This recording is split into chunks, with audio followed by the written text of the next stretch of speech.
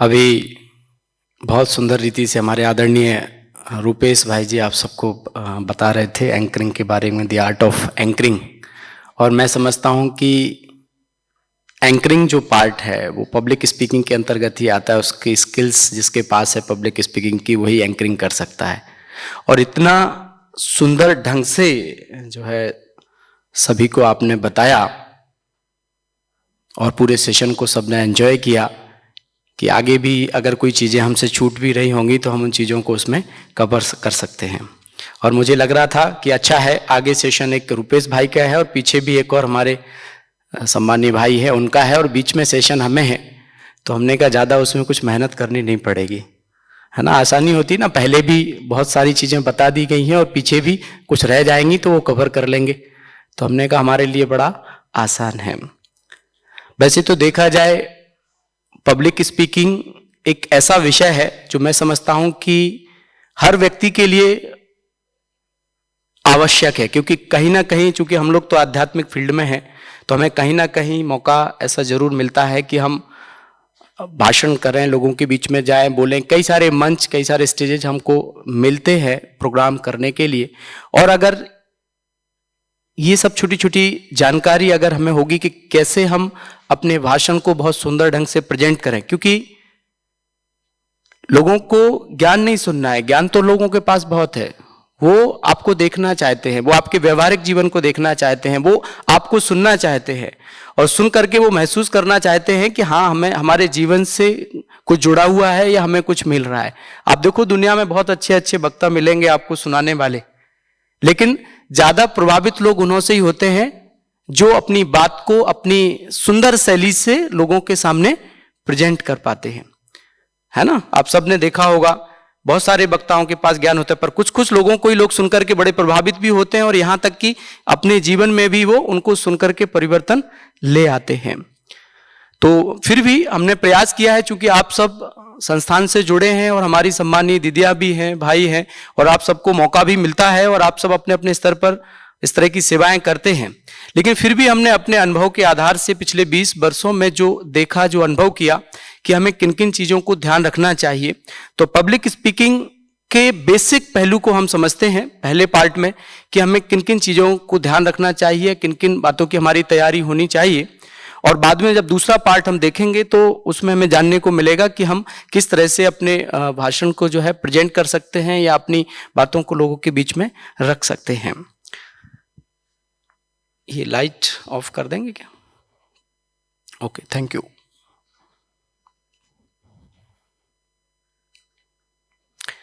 सबसे पहले तो हम ये समझते हैं कि पब्लिक स्पीकिंग क्या है। वैसे तो आप सब चूंकि बोलते हैं और आप सब समझते भी होंगे, लेकिन पब्लिक स्पीकिंग को थोड़ा सा हम उसकी परिभाषा को समझ लेते हैं। पब्लिक स्पीकिंग एक तो होती है कि हम जब लोगों के संपर्क में आते हैं और जनरल रीति से लोगों से अनौपचारिक रीति से बात करते हैं, तो वो तो एक अलग विषय हो गया। एक ये होता है कि हम औपचारिक रीति से फॉर्मल वे में जब हम किसी मंच पर खड़े होते हैं और हमारे सामने ऑडियंस होती है और हमें कोई भी अपनी बात या कोई भी एक अच्छा विषय जिस पर हमें बोलने का मौका मिलता है और हम वो सूचनाएं अपनी या हम मोटिवेशन या हम ये कहें कि हम जो बात उन्हें बताना चाह रहे हैं उसके प्रति उनको एक तरह से मानने के लिए तैयार करें। जैसे मान लीजिए उदाहरण के लिए अगर मैं बात कहूं कि जैसे मान लो अगर किसी को नशा मुक्ति पर भाषण करना है फॉर एग्जाम्पल, उनके सामने ऑडियंस बैठी हुई है, तो नशा मुक्ति पर जब उसको भाषण करना है तो आते से सीधा ऐसा नहीं है कि सीधा भाषण शुरू कर दे, उसके पूर्व में उसकी बहुत सारी तैयारियां होती है ना। तो इसको हमने दो पार्ट में जो है डिवाइड किया है, एक तो ये स्पीकर और दूसरा जो है दूसरा स्पीकिंग। माने स्पीकर को किन किन चीजों का ध्यान रखने की आवश्यकता है और उसको बोलने के लिए या उसके जो भाषण है उसको प्रेजेंट करने के लिए उसको किन किन चीजों की आवश्यकता है या किन किन बातों का उसको ध्यान रखना है। तो सबसे पहले हम स्पीकर के बारे में समझ लेते हैं कि स्पीकर को किन किन चीजों को ध्यान रखना चाहिए। तो पहले आप देखेंगे पहले पार्ट में स्पीकर के लिए 2-3 चीजें हमने इसमें डाली, हालांकि और भी इसमें हो सकती है, लेकिन काफी सारी रुपेश भाई ने भी उसको कवर किया है। इसमें सबसे पहले क्वालिटीज, दूसरा बॉडी लैंग्वेज और तीसरा है ड्रेस। अब क्वालिटीज में स्पीकर के अंदर कौन कौन सी क्वालिटीज होना चाहिए, कौन कौन से गुण या कौन कौन सी विशेषताएं होनी चाहिए, उस पर हम समझते हैं। सबसे पहले तो आप देखेंगे कोई भी वक्ता जब उसे किसी भी विषय पर बोलना है तो सबसे पहला जो उसके अंदर गुण होना चाहिए वो होना चाहिए आत्मविश्वास, कॉन्फिडेंस। अगर कॉन्फिडेंस नहीं है तो वो नहीं बोल सकता। भाई साहब भी बता रहे थे कि मंच पर जब आते हैं, हम जनरल वे में जब लोगों से बात करते हैं तो बहुत आसानी से कर लेते हैं, लेकिन जैसे ही मंच पर आते हैं हमारे हाथ पैर हिलने लगते हैं, हमारा हाथ कांपने लगता है, और कई बार तो हम जो कहना चाह रहे हैं वही भूल जाते हैं। ऐसे होता है, नहीं होता है? बहुत सारे लोगों ने अनुभव किया होगा। मुझे याद है, मैं एक अपना उदाहरण देता हूं। जब मैं संस्थान में शुरू में नया आया, और हमारे वहां पे एक पुराने भाई थे जो जेलों में सेवा करते थे, तो मैं उनके साथ बोले आप चलोगे मेरे साथ? हमने कहा हाँ क्यों नहीं, बिल्कुल चलेंगे। हम तो नए नए थे, ज़्यादा हमें उतना अनुभव नहीं था बोलने का, और हम उनके साथ जो है जेल में गए। उन्होंने बहुत अच्छे से भाषण किया, 15 से 20 मिनट उन्होंने बोला, और उसके बाद उन्होंने हमें नहीं बताया और अपने भाषण में ही उन्होंने एक कोट करके बोला कि हमारे बीच में माउंट आबू से वक्ता आए हुए हैं, बीके प्रहलाद भाई। तो हमारे तो पैरों के नीचे से जमीन ही खिसक गई, क्योंकि उन्होंने तो बोल दिया माउंट आबू से वक्ता आए हैं और हमें पहले से बताया नहीं। तो हमारे लिए तो एक बड़ा विषय था और हम पहले कभी बोले भी नहीं। तो हम तो सोच में पड़ गए कि अभी करें क्या, वहां से तो भाग भी नहीं सकते जेल में से, क्योंकि जाएंगे, क्योंकि जेल में तो बहुत सारी फॉर्मेलिटीज के बाद आप अंदर जाते हैं। मंच पर बैठे हुए हैं बहुत सारे करीब कैदी भी वहां बैठे हैं, कई सारे अधिकारी बैठे हैं। अब हम खुद नहीं समझ पा रहे कि हम करें क्या उसमें। हमारे पास कोई ऑप्शन भी नहीं था। तो जैसे कि बता रहे थे ना कि जब कुछ ऐसा होता है तो फिर हम बाबा को याद करते हैं, और नए नए तो थे ही, तो हमने बाबा को ही बोला कि बाबा ये तो आज अच्छा बीच में मेरा नाम ले दिया, और मुझे तो कुछ बोलना भी नहीं आता, और मैंने कभी प्रैक्टिस भी नहीं की, और कभी ऐसे मंच पर बोला भी नहीं हूं। जेल में अन्याय होगा, अन्याय हो गया। तो उस समय में फिर हमने जैसे ही बाबा को याद किया और हम वहां पहुंचे, आप यकीन मानो ऐसा लगा जैसे कि कोई फोर्स, कोई पावर हमारे अंदर आ गई हो, और हमने वहां बोलना स्टार्ट किया। और हम वहां जब बोले तो 45 मिनट तक नॉन स्टॉप बोले, और वो दिन है और आज का दिन है, हमने कभी पीछे मुड़ के नहीं देखा। तो कहने का मतलब क्या है कि कई बार हमारे जीवन में इस तरह की सिचुएशन आती है, लेकिन जब आप जो है पूरी तरह से अपने आप को बाबा के प्रति समर्पित कर देते हैं, उसको छोड़ देते हैं कि बाबा अब आप यूज करो, और वो अनुभव हमारे जीवन का एक सबसे बड़ा अनुभव बन गया। और उसके बाद फिर हमने कई सारे सेशन लिए, कई सारी जगह, आज भी हमें कई मंचों पर बोलने का मौका मिलता है शहर में। और यहाँ तक कि हम अपने जब शहर में होते हैं तो आजकल तो लोग बाग कोई भी उनका फंक्शन होता है तो as a chief guest, as a special guest बुलाते हैं। अभी वहाँ गीता सम्मेलन था, उसमें भी स्पेशल गेस्ट उन्होंने पूरे इंडिया भर से लोग आए थे, उसमें बुलाया था। ऐसे और भी कई सारे कार्यक्रम होते हैं, और उसमें वो चाहते हैं कि कोई ना कोई अच्छे संस्थान के वक्ता जो है हमारे उसमें पहुंचे। तो ऐसे मौका हमको मिला। तो सबसे पहली बात अगर हम आपको बता रहे थे कि अगर पब्लिक स्पीकिंग में अगर कोई गुण की आवश्यकता होती है तो सबसे पहला जो गुण है वो है कॉन्फिडेंस। अच्छा, कॉन्फिडेंस कैसे आएगा? कॉन्फिडेंस कैसे आएगा? जब आप कोई भी जिम्मेवारी को लेंगे। अगर आप भागते रहेंगे ये हमसे नहीं होगा, या हम नहीं कर पाएंगे, या क्या होगा, कैसे होगा, तो फिर नहीं होगा। जैसे रूपेश भाई जी ने एक अच्छा उदाहरण दिया कि जब उनका नाम आया तो वो भाग लिए, और कहाँ भाग लिए? झील की तरफ, कि कोई हमको देखे भी नहीं। कितना अच्छा उदाहरण उन्होंने दिया। लेकिन उसके बाद उन्होंने उसको स्वीकार किया, और आगे जैसे ही उनको चांस मिला उन्होंने उसको लिया, और जैसे ही 1 2 बार 3 बार जब वो बोलना स्टार्ट किया और उनको आया। मैंने अपना भी आपको अनुभव सुनाया कि जब हम चांस लेते हैं तो धीरे धीरे क्या होता है, हमारा कॉन्फिडेंस लेवल बढ़ने लगता है, और हम जिस कार्य के प्रति हमारा इतना मतलब हमारे को इतना डर था, वही कार्य हम बेहतर ढंग से कर सकते हैं। दूसरा एक हमको अच्छा चांस होता है, क्योंकि हम सब बाबा के बच्चे हैं। अगर हम अपने बीके भाई बहनों की बात करें तो एक बहुत अच्छा चांस होता है। हमें तो इस बात की समझ भी है कि अगर हम आत्म अभिमानी स्थिति में होते हैं, हम खुद को सोल कॉन्शियस स्थिति में स्थित करते हैं, और दूसरों को भी अगर उसी स्थिति में देखते हैं तो हमारे लिए तो और ही आसान होता है। तो दूसरा ये भी एक गुण अगर होगा तो ये बहुत अच्छा है। और तीसरी बात जो इसमें आती है, वक्ता सबसे पहले एक अच्छा विद्यार्थी है, उसके अंदर सीखने की ललक होनी चाहिए। अगर वो सोचे कि भाई हमको सब कुछ आता है और हम सब अच्छे से कर लेंगे या हम सब बोल लेंगे, तो फिर शायद उसके लिए मुश्किल हो जाएगा। तो अच्छा वक्ता बनने के लिए पहले अच्छा विद्यार्थी भी बनना पड़ेगा, और जीवन के हर मोड़ पर, हर घटना से, हर व्यक्ति से हम कुछ ना कुछ सीख सकते हैं। जैसे आज भी बड़े बड़े आप वक्ताओं को देखेंगे, वो लोग भी अपने जीवन में इस गुण को कभी हटने नहीं देते। सीखने की भावना, सीखने की ललक उनके अंदर होती है। हम लोग भी जीवन में कई बार, हम खुद भी कई बार सब लोगों से सीखते हैं, छोटों से भी सीखते हैं, बड़ों से भी सीखते हैं। हर एक से कुछ ना कुछ अच्छा गुण सीखने में आता है, और जिसके अंदर सीखने की भावना है वो निश्चित तौर पर आने वाले समय में एक अच्छा वक्ता बन सकता है, एक अच्छा स्पीकर जो है बन सकता है। फिर जो वक्ता होगा, जो स्पीकर होगा, उसको वो प्लानर होना चाहिए, माने उसके अंदर कुछ ऐसे प्लानिंग करने की, ये क्रिएटिव चिंतन करने की उसके अंदर एक कला होनी चाहिए, एक अच्छा एक लेखक भी होना चाहिए। अगर कुछ क्रिएटिव करने की या क्रिएटिव चिंतन की उसके अंदर कला नहीं है तो फिर वो एक अच्छा वक्ता फिर नहीं बन पाएगा, या बोलेगा तो फिर ऐसा ही होगा कि भाई काम चल जाएगा। लेकिन एक अच्छा वक्ता अगर उसको बनना है, एक अच्छा स्पीकर उसको बनना है, तो उसको ये भी गुण अपने अंदर धारण करना चाहिए कि जब भी जैसे भी मौका मिले, जिस भी विषय पर हमें बोलना है उस विषय पर हम बहुत अच्छे से मनन करें, चिंतन करें और उसके बारे में और नया क्या कर सकते हैं, कुछ क्रिएटिव सोचें और लिखें उसको। सबसे अच्छी बात होती है कि जब भी आप कोई भी विषय के बारे में सोचते हैं, चिंतन करते हैं और लिखते हैं तो आपको वो बहुत पक्का हो जाता है और आप उसे लंबे समय तक जो है स्मृति में रख सकते हैं। तो ये भी एक उसकी विशेषता होनी चाहिए।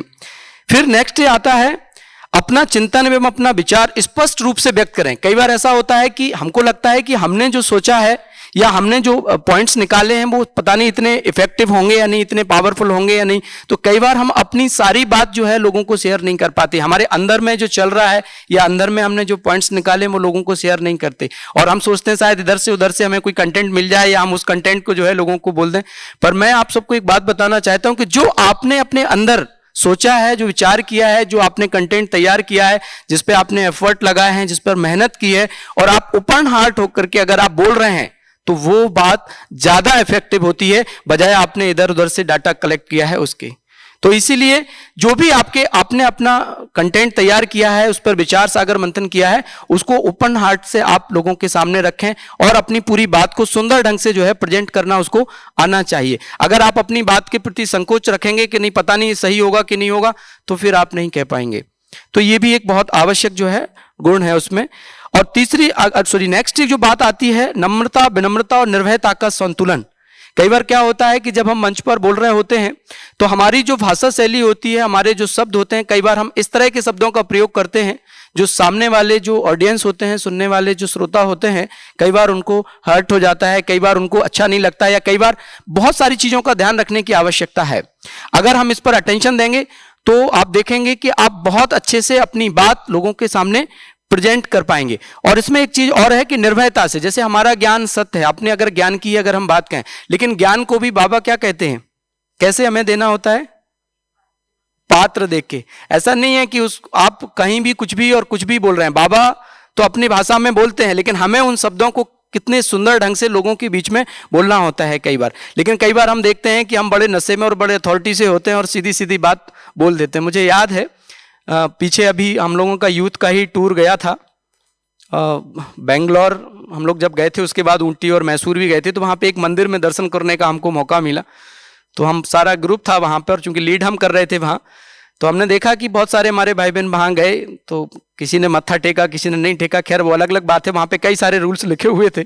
एक जगह लिखा था कि यहाँ पे फोटो खींचना मना है, फिर भी हमारे कोई भाई ने जो है वहाँ पे हनुमान जी की फोटो थी और वहाँ जाकर के फोटो ले लिया।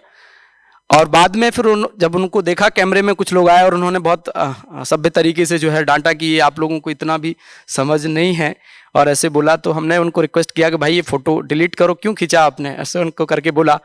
तो कई बार क्या होता है कि ये तो हमने एक जनरल बात बताई, लेकिन कई बार हम ऑफिशियली जब मंच पर होते हैं कई बार इस तरह के शब्द बोल देते हैं जो दूसरों को कई बार अच्छे नहीं लगते। तो हमें उनकी भावनाओं को ध्यान में रखते हुए, हमारे सामने जो ऑडियंस उनकी भावनाओं को ध्यान में रखते हुए, माने हमें सच तो बोलना है लेकिन सच को भी कैसे बोलना है, सभ्य तरीके से, सभ्यता के साथ बोलना है।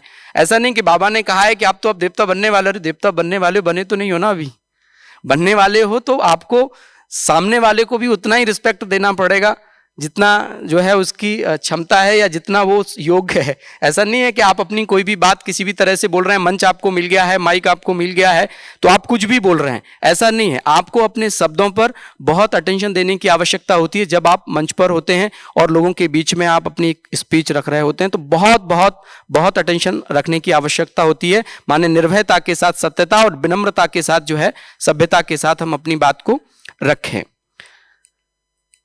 फिर एबिलिटी टू डेवलप रिलेशनशिप, ये भी एक बहुत अच्छी बात है। जैसे हमने आपको स्टार्टिंग में ही बताया कि लोगों को ज्ञान नहीं सुनना है, लोग आपसे कुछ सुनने आए हैं, आपसे कुछ सीखने आए हैं, वो अपने जीवन में कुछ परिवर्तन करने के लिए आए। अगर आपके सामने बैठे हैं तो आपका जो टोन है, आप जो बोल रहे हैं, वो इस रीति से आपका बोल हो कि सामने वाले का संपर्क जो है एक रीति से आपकी संस्थान के साथ या आपके साथ जुड़े। भले वो आपका, जैसे हम अपनी संस्थान की बात करें, भले हमारा सदस्य नहीं बने या हमारे संस्थान में रेगुलर ना भी जुड़े, लेकिन उसके मन में हमारे संस्थान के प्रति एक भावना ऐसी जागृत हो जाए कि ये लोग बहुत अच्छा काम कर रहे हैं। आगे कभी भी कोई भी वक्ता हमारे संस्थान का जब उनके बीच में जाता है तो वो उसी रिस्पेक्ट के भाव से जो है उनको देखेगा। माने आपकी स्पीच सामने जो ऑडियंस सुन रहा है उनके मन में एक कनेक्शन, एक संबंध, एक संपर्क आपके संस्थान के साथ या आपके साथ जुड़ जाए। ये एक एबिलिटी जो है उसके अंदर होती है, जो एक अच्छा वक्ता होता है, जो दूसरों को अपने साथ कनेक्ट करके रखता है या जोड़ लेता है।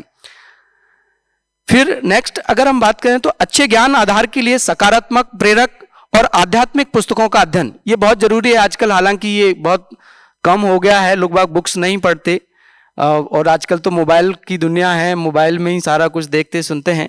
पर मैं समझता हूं कि जितना हम अच्छी बुक्स का अध्ययन करते हैं, अच्छे मोटिवेशनल स्पीकर की बुक्स पढ़ते हैं या स्पिरिचुअल बुक्स पढ़ते हैं या पॉजिटिव बुक्स पढ़ते हैं, तो निश्चित ही उससे हमें बहुत सारी चीज़ें सीखने को मौका मिलता है। और हमारी शब्दावली, रुपेश भाई ने भी उसको कोट किया था कि हमारी शब्दावली बहुत अच्छी होती है, क्योंकि जब भी हम इस तरह की बुक्स का अध्ययन करते हैं तो बहुत सारी चीज़ें जो हमारी छूट रही होती हैं, वो इन सारी चीज़ों से हमें, हमारी जो है वोकेबलरी भी हमारी बहुत अच्छी होती है और हमारे अच्छे शब्द बोलने में भी हमारे अच्छे शब्द जो है आ जाते हैं। तो ये भी एक वक्ता को अपने अंदर आदत डालनी चाहिए कि हम जो है बुक्स का अध्ययन करें। फिर ये तो बात हो गई उसकी क्वालिटीज की, इसमें हमने कुछ एक मुख्य बातें ली हैं, बाकी और भी इसमें बातें जोड़ी जा सकती हैं। फिर दूसरी बात आती है बॉडी लैंग्वेज की। कई बार क्या होता है कि हम भाषण करने के लिए जा रहे हैं लेकिन अंदर एक हड़बड़ाहट है, हम मंच पर खड़े हुए हैं, हमारी आंखें बता रही हैं, हमारा चेहरा बता रहा है कि ये असहज है, ये बोल नहीं सकता। माने इसको मतलब अपने विषय के बारे में या तो क्लैरिटी नहीं है या फिर उसको उतना अभ्यास नहीं है। तो हमारी जो बॉडी लैंग्वेज है वो बहुत अच्छी हो, इस पर हमारा सबका ध्यान होना चाहिए। और जब हम सतत प्रयास करते हैं, प्रैक्टिस करते हैं, तो इसका अभ्यास हमारा हो जाता है और हमारी बॉडी लैंग्वेज भी जो है बहुत अच्छी हो जाती है। सुस्त नहीं, सीधा लेकिन आरामदेही और फ्रेंडली। माने ऐसे भी नहीं, जैसे एक कभी एग्जाम्पल देकर के भाई जी ने भी बताया था कि आप मंच पर हैं तो ऐसे नहीं कि बहुत सुस्त हैं, हाथ में हाथ डाल के खड़े हैं या एकदम पता नहीं कौन सा शब्द भाई साहब ने उपयोग किया था, वैसे बन करके खड़े नहीं होना है। लेकिन हाँ, आप जो भी लोगों के सामने आप बोल रहे हैं, आपका ऑडियंस के साथ एक कनेक्शन जुड़ जाना चाहिए। एक ऐसा लगना चाहिए कि भाई हाँ, वो आपकी बात को सुनने के लिए तैयार हैं और आप भी अपनी बात एक बहुत ही फैमिलियर वे में जो है आप अपनी बात उनको कह रहे हैं। ऐसा होता है कई बार तो कि वक्ता बोलता जा रहा है और ऑडियंस को समझ में नहीं आता है बोल क्या रहा है, और वो एक स्पीच सी जो है पढ़ देते हैं। तो ऐसा नहीं होना चाहिए। माना आप जब भी बोलें तो सबसे पहले तो ऑडियंस को देखें और समझें। मैं कई बार अनुभव करता हूं, हाँ वो भी है, हॉल खाली हो जाता है फिर भी सुनाता रहता है कि भैया आप रुक जाओ, है ना। तो मैं आपको एक अपना उदाहरण दे रहा था कि कई बार जब मैं स्पीच देने कहीं जाता हूं तो मैं हमेशा कोशिश करता हूं कि उसको लिख लूं और लिख करके पढ़ूं। तो जो मैं लिख लेता हूं, पढ़ता हूं, लेकिन जब ऑडियंस के बीच में पहुंचता हूं तो वो स्पीच होती नहीं है जो हमने लिखी थी, वो फिर ऑडियंस के हिसाब से स्पीच होती है। माने ये क्योंकि ऑडियंस जैसे होते हैं उनसे बात करते समय समझ में आ जाता है कि इनको क्या चाहिए, तो उसके हिसाब से फिर हमारी स्पीच जो है हो जाती है। तो मैं समझता हूं कि ये आपको तय करना है धीरे धीरे, जब आप प्रैक्टिस करते हैं कि ऑडियंस जैसी आपके बीच में है और उनसे जब आप इंटरेक्ट करते हैं, उनसे जब आप बात करते हैं, तो आपको समझ आ जाता है कि आपको अपने शब्दों को या अपनी भाषा का जो है या अपनी स्पीच का जो है कौन सा वे रखना है और उनसे कनेक्ट होना है। फिर तीसरा, चेहरे के हाव भाव, फेशियल एक्सप्रेशन आप देखते हैं। चेहरे के हाव भाव भी हमारे, जैसे आपने देखा होगा, मैं एक दादी जी का वीडियो दिखाता हूँ। दादी जी हमेशा कहती है कि आपकी खुशी आपके चेहरे से दिखाई दे, है ना। ऐसा होता है ना, अब पता पड़ रहा है कि हम खुशी पर बोल रहे हैं लेकिन हमारे चेहरे पर खुशी नहीं है, तो फिर उससे तो पता लगेगा कि, है ना, कि खुशी कैसे आप दूसरों को दे पाएंगे, आप अपने भाषण से कैसे जो है दूसरों को जो है वो बता पाएंगे। तो ये आपको जो है ध्यान रखना है ना। आंतरिक भावनाओं को स्पष्ट करना शब्दों से अधिक संदेश बताता है कि आप क्या बोल रहे हैं। आपका जो चेहरा है, आपके जो चेहरे के हाव भाव हैं, वो ज्यादा प्रभाव डालते हैं आपके शब्दों से। तो आपको वो चीज जो है हमेशा ध्यान रखनी है, और संदेश का प्रभाव हमेशा ज्यादा होता है, शब्दों से ज्यादा होता है। वो जो लोग आपको देख रहे होते हैं उससे ज्यादा आपकी बॉडी लैंग्वेज बता रही होती है कि आप क्या बोल रहे हैं। तो ये अटेंशन देने की आवश्यकता है कि हमारी बॉडी लैंग्वेज बहुत अच्छी हो, और हम शब्दों के साथ साथ, जिसमें बाबा हमें हमेशा कहते हैं कि आप जब भी किसी को भाषण देते हैं या जब भी आप कहीं बोलते हैं तो आप मन में उनके प्रति एक अच्छा भाव जो है उस समय रखें, पॉजिटिव भाव रखें, विश्व बंधुत्व का भाव रखें, कल्याण का भाव रखें। माने मन से भी सेवा, वाणी से भी सेवा और कर्मणा से सेवा, तीनों सेवा जो है एक साथ हो गए। तो ये भी जो है अटेंशन रखने की आवश्यकता है। ये तो खैर हम लोग सभी समझते हैं, लेकिन बाहर में जब आप इस विषय को किसी के सामने बताते हैं या रखते हैं तो आपको थोड़ी चीजें आप बताने की आवश्यकता है, क्योंकि हम लोग तो इन सब चीजों पर ध्यान रखते ही हैं। पर फिर भी dress should be neat and clean, proper ironing should be done, comfortable and according to occasion, माना जैसा आपका जो है फंक्शन है उसके अकॉर्डिंगली बाहर में अगर आप बताते नहीं, तो हमारे फंक्शन में तो सबकी एक जैसी ड्रेस होती है और हम सब तो नेट एंड क्लीन ड्रेस रखते ही हैं और सब ध्यान। हाँ, बहनें भाई लोगों की तरफ इशारा कर रही हैं कि कई बार क्लीन सेव नहीं होते हैं और भाषण देने के लिए पहुंच जाते हैं, तो वो एक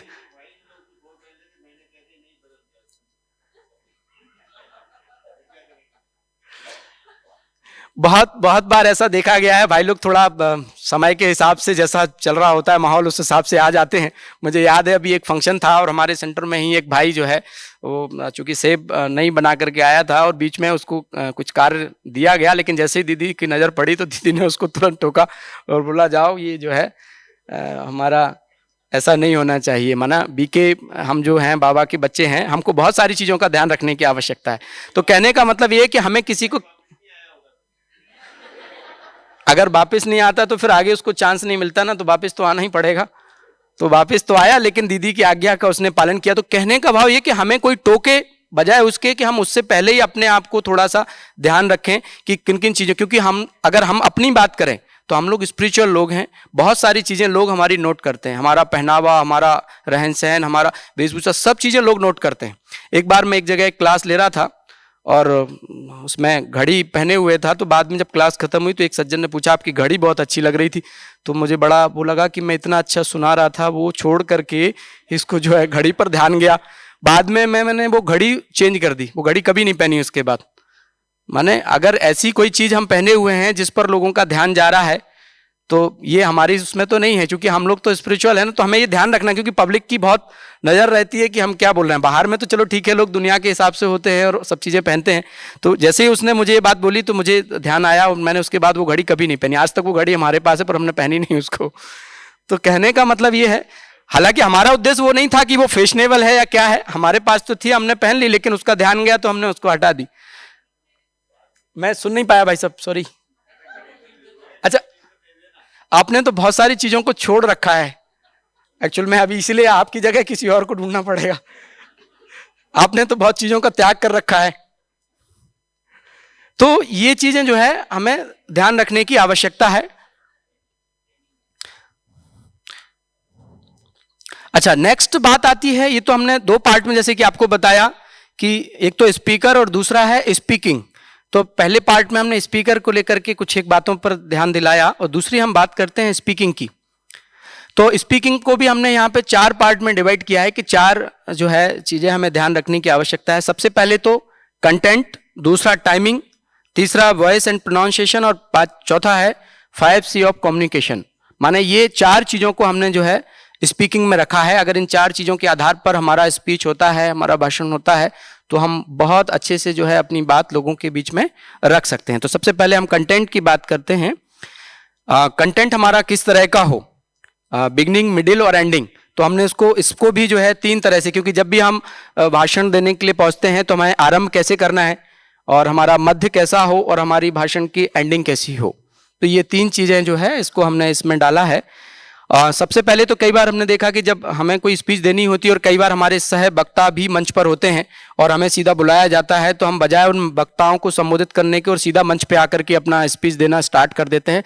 तो ये ठीक नहीं है। माने एक अच्छे वक्ता की ये क्वालिटी नहीं है कि वो आकर के और सीधा स्पीच देने लग जाए। अगर आपके मंच पर 3-4 वक्ता अगर साथ में बैठे हुए हैं तो वक्ता को चाहिए कि पहले वो उनको संबोधित करे, फलाने फलाने जो भी हैं, और सामने सभा में जो उपस्थित हैं उनको भी संबोधित करे, क्योंकि बहुत सारे रिस्पेक्टेबल लोग भी होते हैं, ऑडियंस भी आपको सुनने के लिए आई है, तो उनको आपको एड्रेस करना ही है। माने एक बार ऐसे नहीं कि सीधा सीधा आते से ही जो है आप अपनी आपको बुलाया गया और आपने किसी का संबोधन नहीं दिया और सीधा स्पीच स्टार्ट कर दी, तो ये नहीं। तो कंटेंट में आपको ये चीजें जो है ध्यान रखनी है कि मंच पर उनको हमें एड्रेस करना है और पब्लिक को भी एड्रेस करना है, भले फिर आप अपनी भाषा में जैसे भी करते हो वैसे आप कर सकते हैं।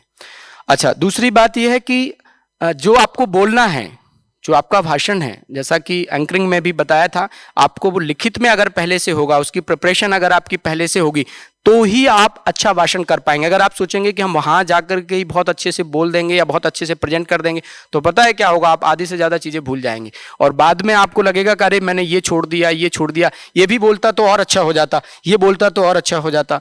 तो अगर आप पहले से जो आपके माइंड में है कि आपको क्या क्या बोलना है, क्या क्या चीजें आपको बतानी है, अगर वो आप पहले से लिख लेते हैं और उसका अगर आप प्रैक्टिस कर लेते हैं, तो जब आप मंच पर जाएं तो भले आपके सामने आपका भाषण नहीं है, लेकिन आप जो है बहुत अच्छे से बोल सकते हैं क्योंकि आपकी पहले से उसकी तैयारी है। दूसरी बात आती है कि भाषण की शुरुआत किसी व्यवहारिक उदाहरण या विषय से संबंधित कहानी से कर सकते हैं। जैसे मान लो मुझे तनाव उस पर बोलना है, जैसे मैं उदाहरण देता हूं, मुझे समझो नशा मुक्ति पर ही बोलना है, तो हम आते से सीधा नशा मुक्ति के बारे में बोलने के बजाय नशा मुक्ति से रिलेट करती हुई कोई ना कोई स्टोरी या कोई ऐसी बात बोलें जो लोगों को लिंक करे। जैसे अगर मुझे नशा मुक्ति पे बोलना है तो मैं एक उदाहरण देता हूं, मैं एक कहानी सुनाऊंगा सबसे पहले। अगर मुझे नशा मुक्ति पे बोलना है तो मैं बताऊंगा कि एक बार एक संत जी थे, उनके उनके एक शिष्य थे और वो बहुत नशा करते थे, तो उनका नशा छूटता नहीं था। तो एक बार संत जी के पास आया और बोले कि भाई मुझे नशा छोड़ना है। तो संत जी ने कहा ठीक है, तुम कल हमारे आश्रम में आना। और वो शिष्य जो है उनके आश्रम में पहुंचते हैं और संत जी जो है एक पेड़ पकड़ को खड़े हो जाते हैं, पेड़ पकड़ के। तो शिष्य देखता है कि संत जी ने आज मुझे बुलाया था, लेकिन संत जी तो जो है दिख नहीं रहे हैं और ये तो पेड़ पकड़ करके खड़े हुए हैं। तो वो थोड़ा 1 घंटा बैठा रहा, 2 घंटा हो गया, 3 घंटा हो गया, उसने देखा कि संत जी पता नहीं क्या हो गया है, ये पेड़ को पकड़ करके ही खड़े हैं। तो वो बात संत जी के पास जाता है और कहता है कि महाराज आज आपने मुझे बुलाया था और मैंने आपसे टाइम भी लिया था, मुझे नशा छोड़ना था। तो संत जी कहते हैं हाँ मैंने बुलाया तो था, लेकिन क्या करेंगे, पेड़ जो है मुझे छोड़ नहीं रहा है। तो वो हंसने लग गया, हाँ जो शिष्य था, कि अरे पेड़ कोई किसी को पकड़ता थोड़ी है। तो संत जी ने उसको छोड़ दिया पेड़ को। बोले बस बेटा यही बात तेरे को समझानी थी कि नशा किसी को नहीं पकड़ता है, तुमने नशे को पकड़ा हुआ है, इसीलिए आपको बुलाया था। और इस स्टोरी से जो है संत जी ने उसका एक मैसेज उसको दे दिया। तो कहने का मतलब अगर हम नशा मुक्ति पे बात करें तो इस तरह की स्टोरी, ये तो हमने एक उदाहरण दिया, आप ऐसे और ऐसे कई भी बोल सकते हैं। तो जब भी अगर आप ऐसे बोलते हैं तो ये अत्यधिक प्रभावशाली होती है और अच्छा लगेगा, लोग भी उससे जो है कनेक्ट हो पाएंगे। क्योंकि आजकल जब आप देखते हैं कि सीधा सीधा आप भाषण सुनाएं या अपनी बात रखें, उससे अच्छा कोई स्टोरी या कोई ऐसी चीज आप उसमें डालते हैं जो लोगों को बहुत अच्छा लगता है और लोग उसको समझते भी हैं। तो ये चीज हमने आपको बताई कि भाषण की शुरुआत में किसी व्यवहारिक उदाहरण या विषय से संबंधित कहानी से जो है आप कर सकते हैं।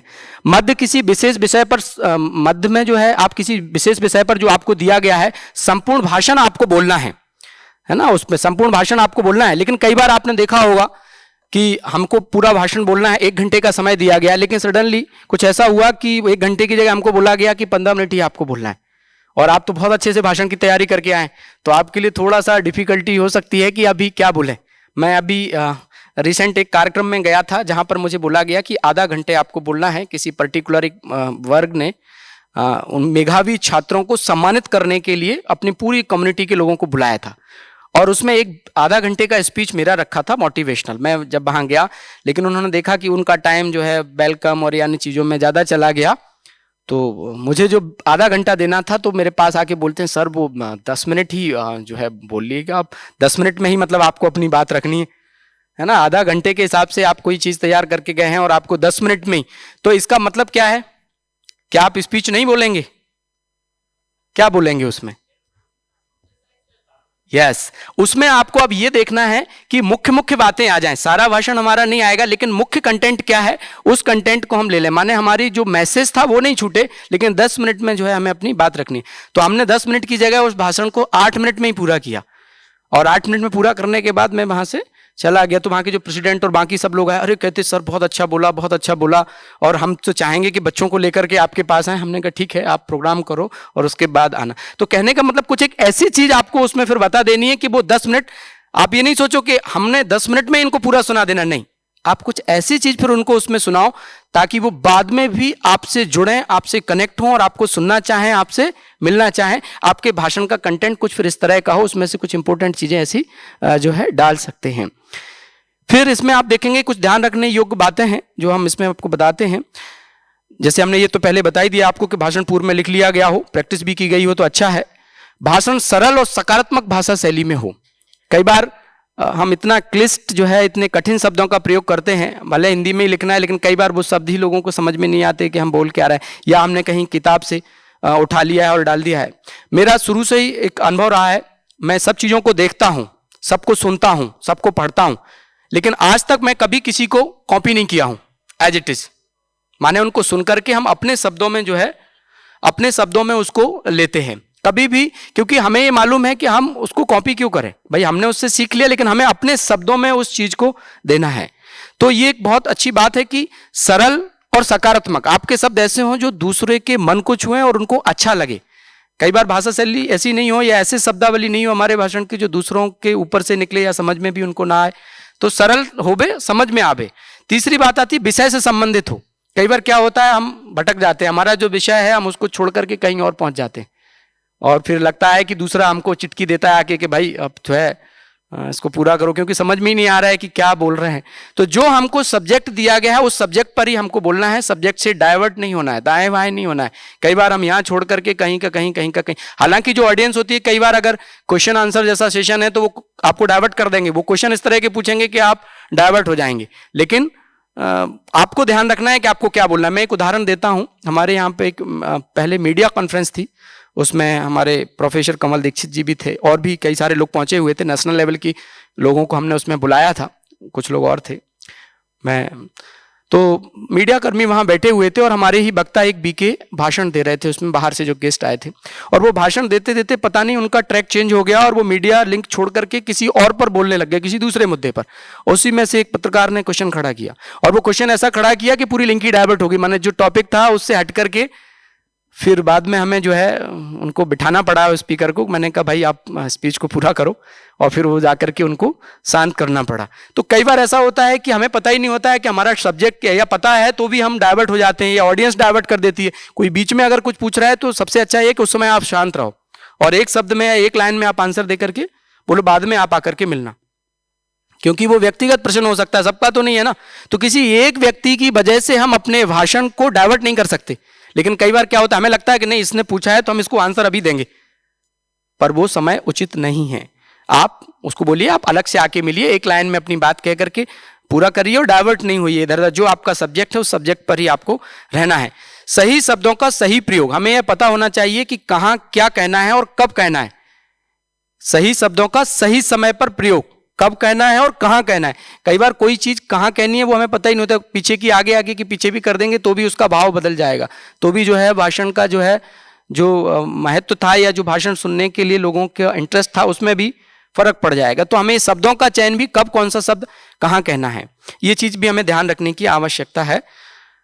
विषय की बेहतर समझ के लिए कहानियां, जैसे नैतिक वास्तविकता जीवन की कहानियां, ये शेयर कर सकते हैं, जो मैंने अभी आपको बताया, जैसे स्टार्टिंग में की है, बीच में भी कुछ आप ऐसे एग्जाम्पल जो है दे सकते हैं। कोई व्यक्तिगत जीवन से जुड़ी हुई कहानी है आपके जीवन से या किसी दूसरे के जीवन से, बिना नाम लिए।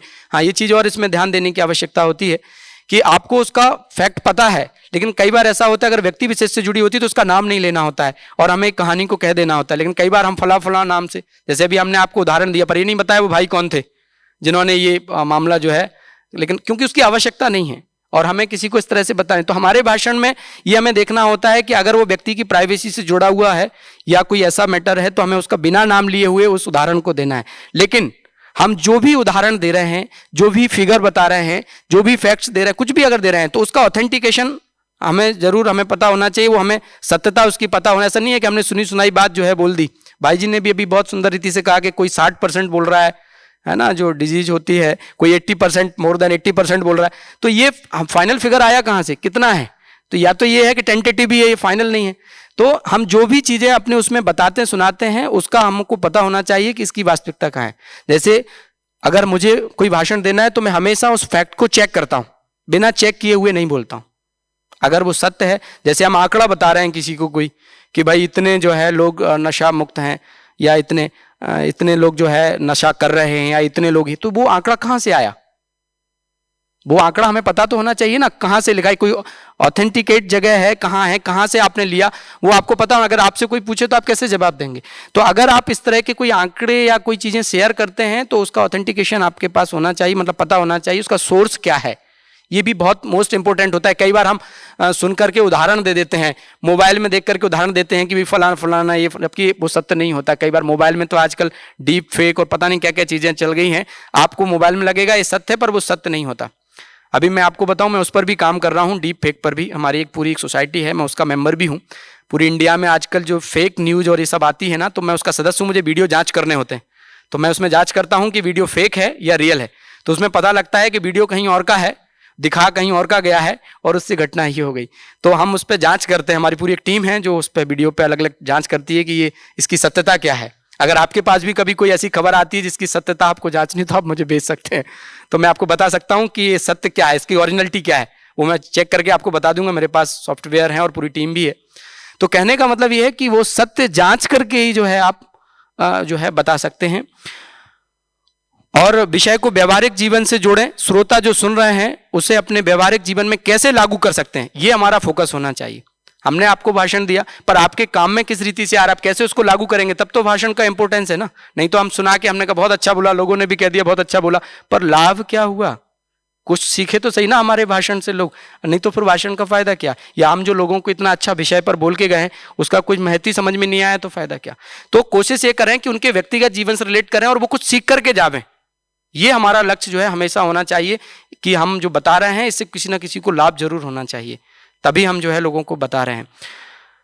ठीक है कि नहीं? और जैसे लाइव कहानी या तथ्य शेयर करते हैं तो रेफरेंस जरूर बताएं, है ना, कि कहाँ का सुना रहे हैं आप। अपने सेशन समाप्ति में पॉइंट्स को जो है समरी करें। जैसे रुपेश भाई जी ने भी बताया लास्ट में, मैं ज्यादा विस्तार में नहीं जाता हूं, कि आपने जो ओवरऑल पूरा स्पीच दिया है उसके कुछ मुख्य मुख्य पॉइंट्स को आप समरी के रूप में लोगों को बताएं कि भाई ये जो है हमने अभी सुना, ताकि लोगों को वो मुख्य मुख्य की पॉइंट जो है याद रहें। नहीं तो आपका पूरा भाषण 1 घंटे का था, 1.5 घंटे का था, तो पता ही नहीं चलेगा। तो लास्ट में आप समरी के रूप में जो है वो चीजें आप ले सकते हैं। और बेहतर ये है कि यदि आप पीपीटी का उपयोग करते हैं तो उसमें ऑडियो वीडियो विजुअल्स इन सब चीज़ों का प्रयोग करते हैं तो लोगों के लिए अच्छा होता है। जितना आप जैसे पीपीटी में वीडियो और अन्य चीज़ों को डालते हैं तो लोगों के लिए काफ़ी इफेक्टिव होता है और लोग उसको सुनते भी हैं और लंबे समय तक उसको याद भी रखते हैं। टाइमिंग, ये मोस्ट इंपॉर्टेंट है। टाइमिंग आपको हमेशा ध्यान रखना चाहिए। हमारे कई बड़े वक्ता तो अपने सामने वो जो है घड़ी रख लेते हैं या हाथ में कई पहनते हैं तो कई बार ध्यान नहीं रखेंगे, सामने घड़ी रहती है, टाइम दिखता रहता है कि भाई कितना टाइम हमको मिला है। आपको जो समय दिया गया है उतने में ही पूरा करें।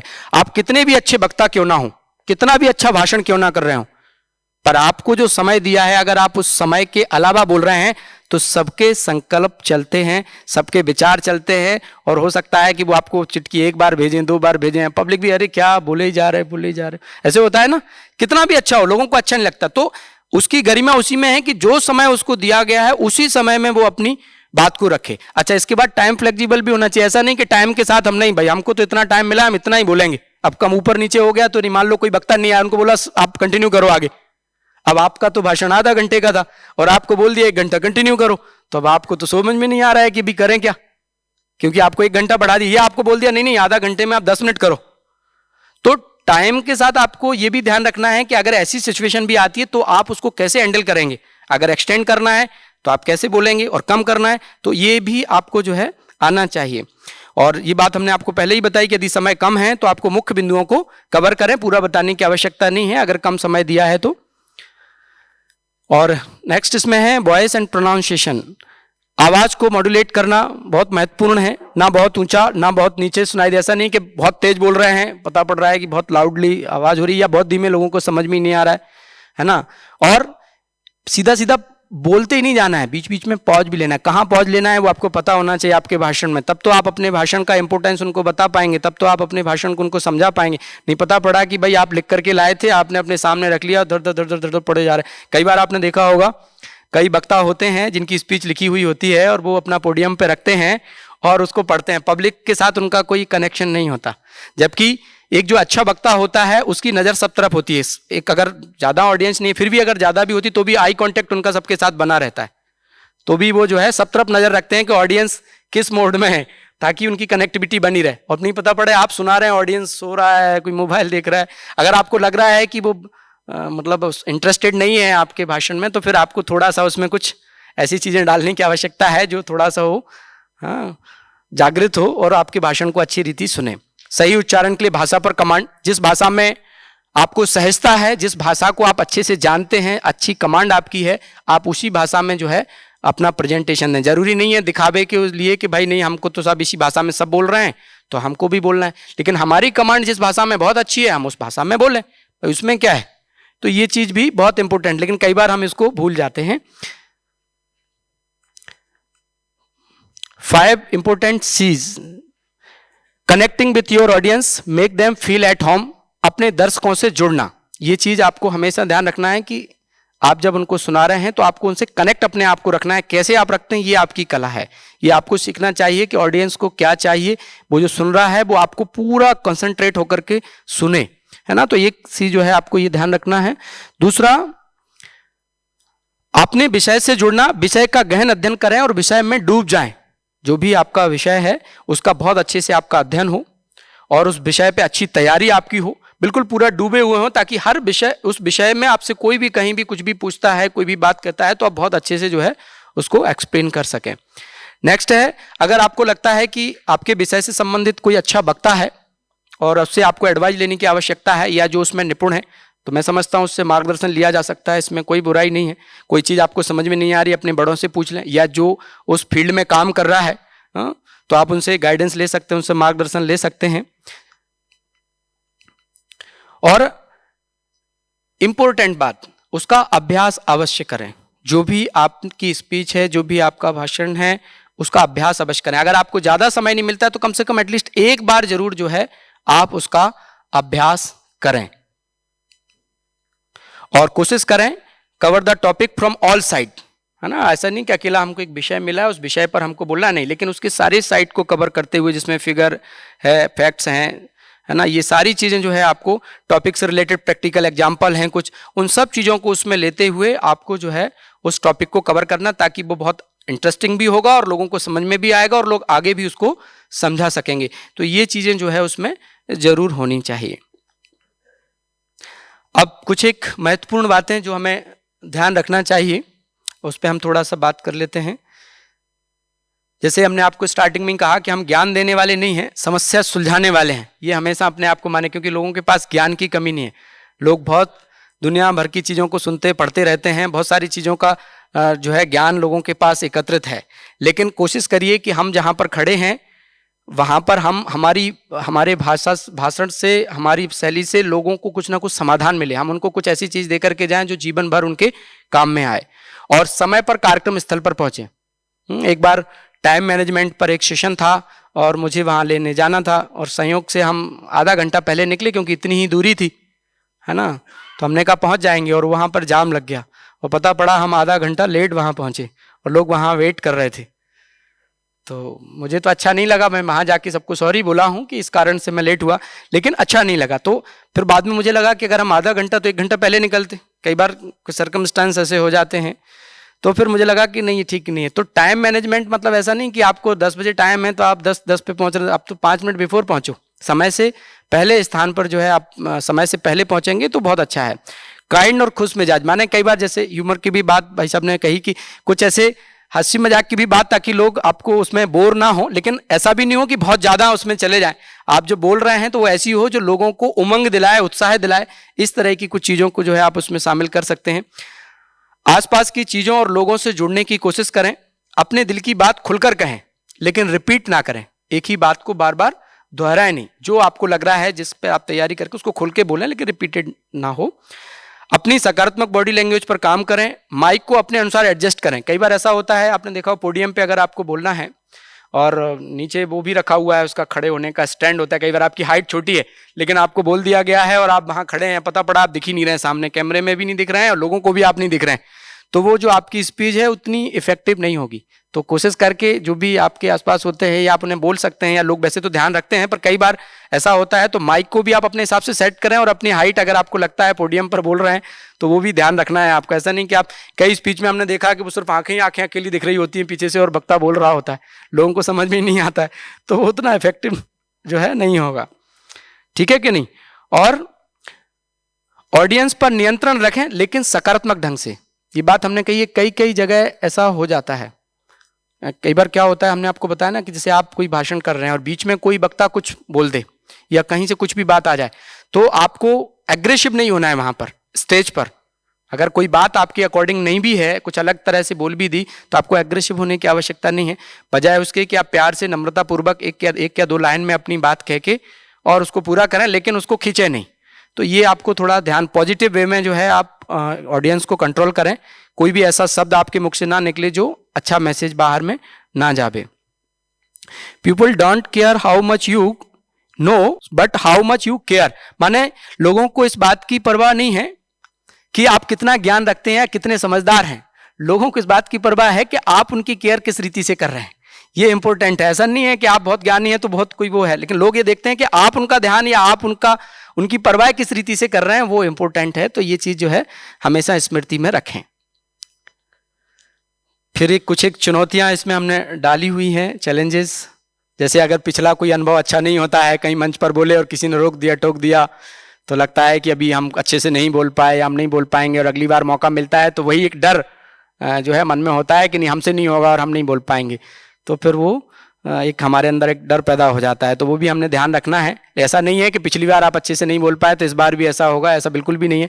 आप अपने अंदर हिम्मत रखिए, कॉन्फिडेंस रखिए और आप प्रयास कीजिए, आपको सफलता मिलेगी। शुरू के कुछ समय में ही ऐसा होता है, लेकिन बार बार जब आप प्रैक्टिस करते हैं, बार बार जब आप बोलते हैं, तो आपका जो है कॉन्फिडेंस लेवल बढ़ता जाता है। और या फिर प्रैक्टिस कम की है तब भी घबराहट होती है कि अरे हमने तो पढ़ा नहीं है, हमने तो देखा नहीं है और अब सीधा हमारे को मंच पर जाना है और क्या बोलेंगे और कैसे बोलेंगे, तो वो एक घबराहट हो रही है ना। प्रैक्टिस कम की है तो प्रैक्टिस कोशिश करें, पर्याप्त समय लें और प्रैक्टिस अच्छे से करें। और तैयारी उसकी जो है, तैयारी का अभाव होता है तब भी ये चीज होती है, तो तैयारी अच्छे से करके रखें। और अंतिम क्षण की घबराहट को हैंडल कैसे करें, चूंकि हम लोग तो चूंकि ज्ञान से जुड़े हैं सब, इसलिए ऐसे कर सकते हैं। बाकी जो दूसरे लोग हैं, मुझे लगता है लाइट चली गई, कोई नहीं। तो अंतिम समय की घबराहट को हम कैसे कंट्रोल करें। जैसे अगर हमें कोई भाषण देना होता है तो हम क्या करते हैं, बाबा के कमरे में जाते हैं, वहां बैठ जाएं और बाबा को बोलें कि बाबा मैं तो इंस्ट्रूमेंट मात्र हूं, आप मुझे यूज कर रहे हैं। बाबा को आपको बाबा के प्रति हवाले कर दें, बाबा के हवाले कर दें और बाबा पर ही छोड़ दें। करान करावनहार बाबा है, मैं तो निमित्त मात्र हूं, ये हमेशा ध्यान रखें। दूसरा, कई बार ऐसा होता है मुरली में भी कुछ अच्छे पॉइंट्स होते हैं, मुरली के वरदान स्लोगन, कई बार उससे भी हमें कई बार ऐसा होता है कुछ पॉइंट्स मिल जाते हैं और हम अपनी बात शुरू कर लेते हैं, या बहुत कुछ सीख उससे भी मिल जाती है। मैं तो कई बार जब जो है जाता हूं तो मुरली के ही वरदान स्लोगन या कुछ तो भी पढ़ के जाता हूं, तो वहां से हमको कुछ ना कुछ टॉपिक मिल जाता है और हम वहां से शुरू कर लेते हैं। क्या होगा, हाँ क्या होगा अगर पर जोर ना दें, अगर मैं गलती करता हूं तो क्या होगा, अगर लोगों को मेरी बात पसंद नहीं आई तो क्या होगा। याद रखें कि आप भगवान के इंस्ट्रूमेंट हैं। क्या होगा नहीं, बहुत अच्छा होगा। आप जो बोलेंगे वो बहुत अच्छा होगा और लोग जो सुनेंगे उनको समझ में भी आएगा और अच्छा भी लगेगा। और हमको तो बाबा ने ये भी विधि बताई है कि आप पहले से जो है सबको सकाश दें, पहले से जो है इसकी अच्छे से तैयारी करके रखें कि मैं वहां जा रहा हूं, और पूरा इमेजिन पहले से ही कर लें, उसको विजुलाइज कर लें, तो आपके लिए बहुत जो है मदद मिल जाएगी।